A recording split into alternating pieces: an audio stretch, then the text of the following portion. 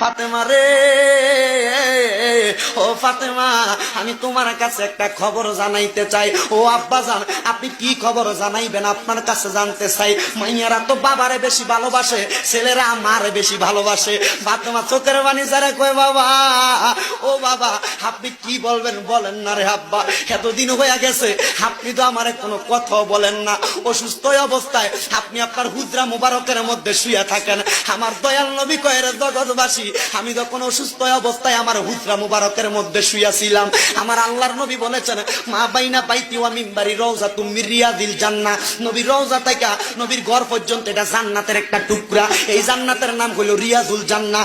আমার দয়াল নবী কয়, এই উম্মতের দলেরা, আমি নামাজ যখন পড়তো মদিনার ভিতরে মানুষেরা, আমি আমার ঘর মুবারকের মধ্যে শুয়েছিলাম। শুয়ে থাকা অবস্থায় আমি জানালার পর্দাটা সরাইয়া দেখি আমার আবু বকর ইমামতি করে রে। আমি নবী চোখের পানিগুলা পালায়া কই, ফাতেমা রে, আমি নবী তো এই ইসলামটার লাগা কষ্ট করছিলাম, দেখছুনি নামাজের সময় হইয়া গেছে রে। আমার মুসল্লিরা আমি নবীর অপেক্ষা না কইরা সময় চলে যায়, তারা নামাজ পড়তাছে। আমার দয়াল নবী আল্লাহর দরবারে হাত তুলা কয়, মাবুদ রে,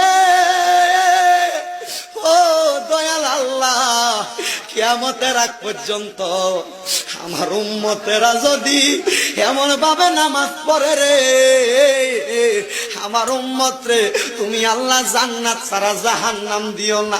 আমার গভীর মনোযোগ দিবেন। তাহলে আমার নবীকে আমার আল্লাহ যে ইন্তেকাল করাইছেন, মানে স্থানান্তর করছেন, আমার নবী নবীর উম্মতদেরকে শিক্ষা দেওয়ার জন্য কি করছেন একটু বুঝবেন।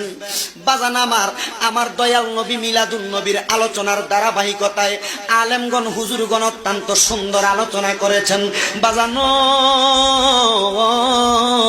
কিন্তু যখন আমার দয়াল নবী এখনো আগমন করে নাই, নবী আমার আগমন করার পূর্বে হযরতে আম্মাদান আয়েশা সিদ্দিকা, আম্মাদান আয়েশা সিদ্দিকা রাদিয়াল্লাহু তাআলা আনহা, ওই মদিনার কামলিওয়ালা দয়াল নবী রাহমাতাল লিল আলামিন নবীর কলিজার টুকরা স্ত্রী আম্মাদান আয়েশা সিদ্দিকা থেকে হাদিস বর্ণিত, আল্লাহ পাকের একজন বান্দা ওই জায়গার মধ্যে বসবাসরত অবস্থায় আমার দয়াল নবী রাহমাতাল লিল আলামিন নবীর আগমনের আগে বাইহাকি ইসহাক হাকাম রাহমাতুল্লাহ আলাইহি উনি বলতেছেন, মক্কা নগরীটা ছিল একবারে খারাপ অবস্থা, মক্কা নগরীর অবস্থা বেশি ভালো অবস্থা ছিল না।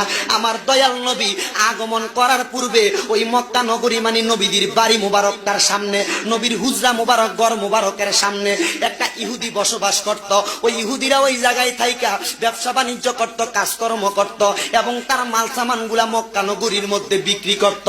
ওই ইহুদির একটা কাজ ছিল, ইহুদিটা মানুষের হাত দেইকা, মানুষের চেহারা দেইকা অনেক কিছু বলতে পারতেন।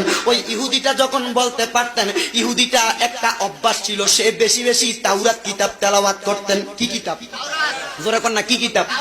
4টা কিতাব, তাওরাত, জাবুর, ইনজিল, কোরআন। এই কোরআন আমার নবীর উপরে আল্লাহ নাজিল করেছেন। ইহুদির অভ্যাস ছিল, ইহুদিটা তাওরাত কিতাব পড়তেন।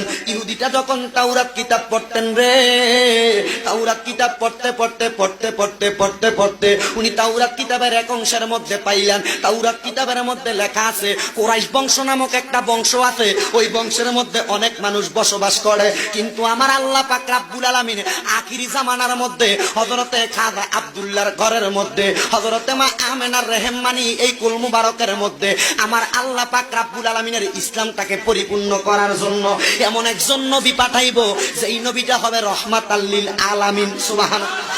আমার মদিনার কামলিওয়ালা দয়াল নবী রাহমাতাল লিল আলামিন নবী এখনো পর্যন্ত আগমন করে নাই, আগমন করে নাই।